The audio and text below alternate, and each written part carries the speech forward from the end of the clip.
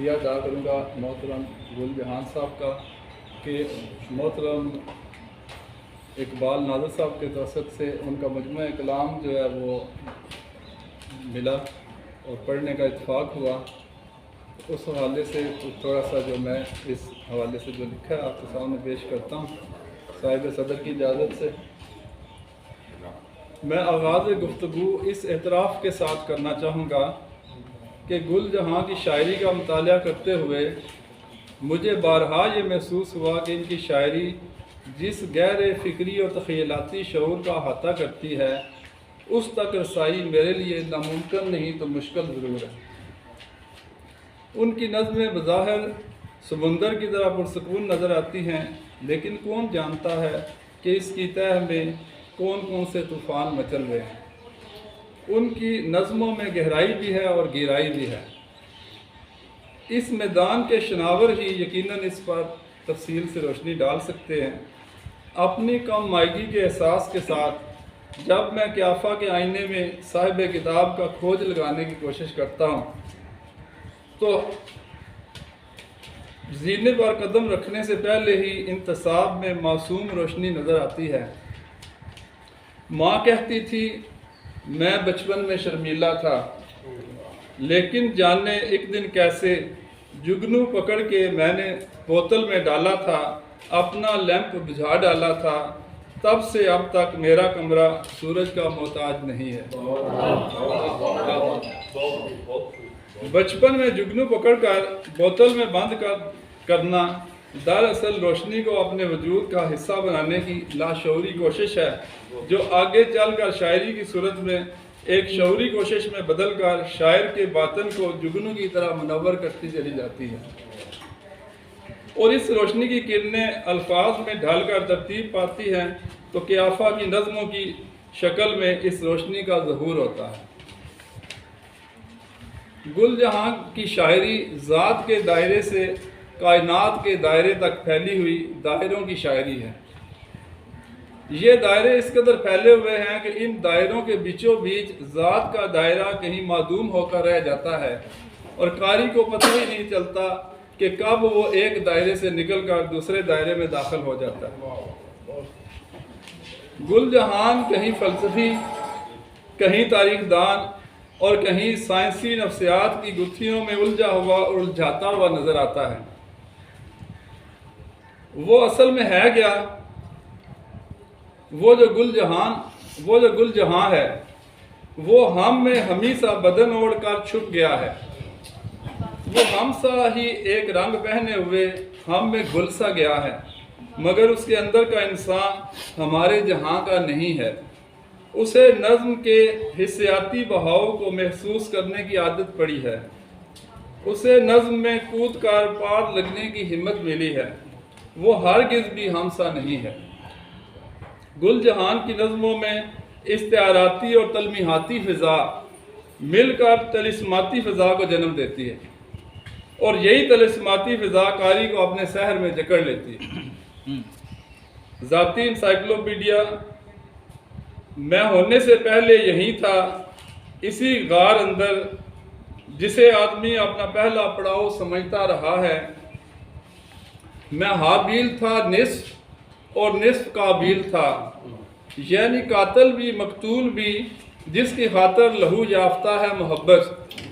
وہ عورت بھی میں تھا، وہ قوا بھی میں، جس نے سب کو بتایا کہ لاشوں کو زرخیز کرنے کا رستہ کہاں سے نکل کر کہاں جا رہا ہے۔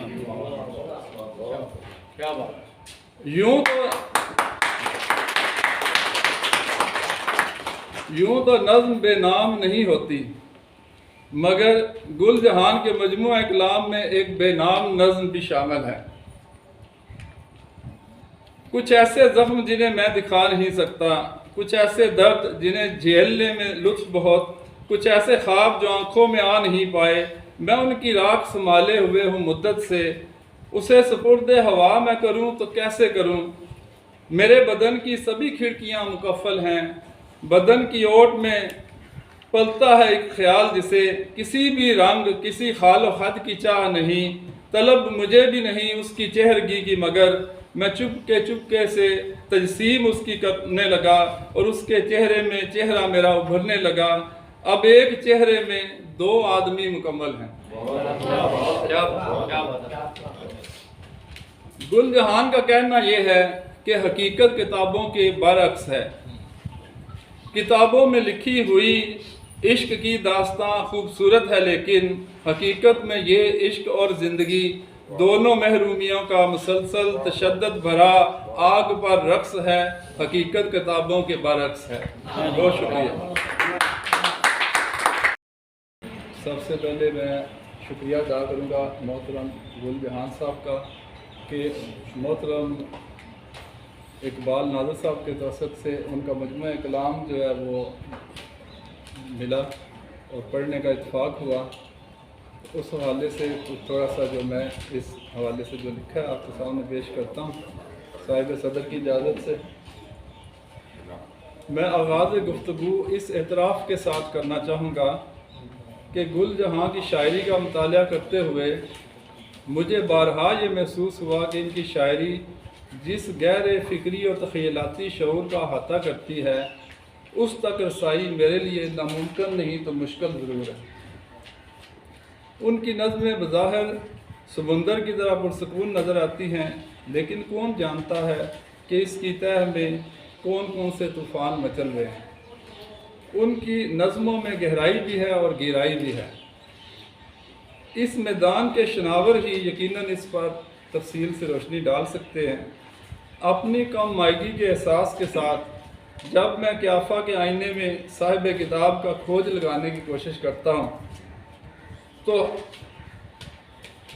زینے پر قدم رکھنے سے پہلے ہی انتصاب میں معصوم روشنی نظر آتی ہے۔ ماں کہتی تھی میں بچپن میں شرمیلا تھا، لیکن جانے ایک دن کیسے جگنو پکڑ کے میں نے بوتل میں ڈالا تھا، اپنا لیمپ بجھا ڈالا تھا، تب سے اب تک میرا کمرہ سورج کا محتاج نہیں ہے۔ بچپن میں جگنو پکڑ کر بوتل میں بند کرنا دراصل روشنی کو اپنے وجود کا حصہ بنانے کی لاشعوری کوشش ہے، جو آگے چل کر شاعری کی صورت میں ایک شعوری کوشش میں بدل کر شاعر کے باطن کو جگنو کی طرح منور کرتی چلی جاتی ہے، اور اس روشنی کی کرنیں الفاظ میں ڈھل کر ترتیب پاتی ہیں تو قیافہ کی نظموں کی شکل میں اس روشنی کا ظہور ہوتا ہے۔ گل جہاں کی شاعری ذات کے دائرے سے کائنات کے دائرے تک پھیلی ہوئی دائروں کی شاعری ہے۔ یہ دائرے اس قدر پھیلے ہوئے ہیں کہ ان دائروں کے بیچوں بیچ ذات کا دائرہ کہیں معدوم ہو کر رہ جاتا ہے اور قاری کو پتہ ہی نہیں چلتا کہ کب وہ ایک دائرے سے نکل کر دوسرے دائرے میں داخل ہو جاتا ہے۔ گل جہان کہیں فلسفی، کہیں تاریخ دان اور کہیں سائنسی نفسیات کی گتھیوں میں الجھا ہوا اور الجھاتا ہوا نظر آتا ہے۔ وہ اصل میں ہے کیا؟ وہ جو گل جہاں ہے وہ ہم میں ہمی سا بدن اوڑھ کر چھپ گیا ہے۔ وہ ہم سا ہی ایک رنگ پہنے ہوئے ہم میں گھل سا گیا ہے، مگر اس کے اندر کا انسان ہمارے جہاں کا نہیں ہے۔ اسے نظم کے حسیاتی بہاؤ کو محسوس کرنے کی عادت پڑی ہے، اسے نظم میں کود کر پار لگنے کی ہمت ملی ہے۔ وہ ہرگز بھی ہم سا نہیں ہے۔ گل جہان کی نظموں میں استعاراتی اور تلمیحاتی فضا مل کر طلسماتی فضا کو جنم دیتی ہے، اور یہی طلسماتی فضا قاری کو اپنے سحر میں جکڑ لیتی ہے۔ ذاتی انسائکلوپیڈیا میں ہونے سے پہلے یہی تھا، اسی غار اندر جسے آدمی اپنا پہلا پڑاؤ سمجھتا رہا ہے۔ میں حابیل تھا نصف اور نصف قابیل تھا، یعنی قاتل بھی مقتول بھی جس کی خاطر لہو یافتہ ہے محبت۔ وہ عورت بھی میں تھا، وہ قوا بھی میں، جس نے سب کو بتایا کہ لاشوں کو زرخیز کرنے کا رستہ کہاں سے نکل کر کہاں جا رہا ہے۔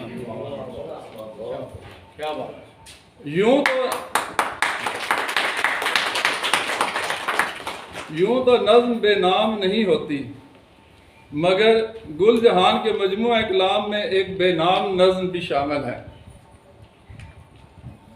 کچھ ایسے زخم جنہیں میں دکھا نہیں سکتا، کچھ ایسے درد جنہیں جھیلنے میں لطف بہت، کچھ ایسے خواب جو آنکھوں میں آ نہیں پائے، میں ان کی راکھ سنبھالے ہوئے ہوں مدت سے، اسے سپرد ہوا میں کروں تو کیسے کروں؟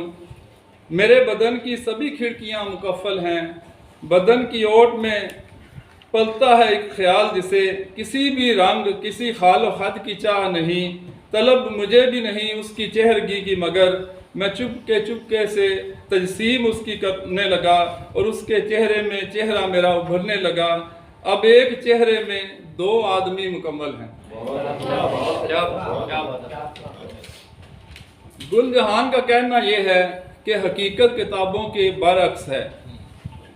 کتابوں میں لکھی ہوئی عشق کی داستاں خوبصورت ہے، لیکن حقیقت میں یہ عشق اور زندگی دونوں محرومیوں کا مسلسل تشدد بھرا آگ پر رقص ہے۔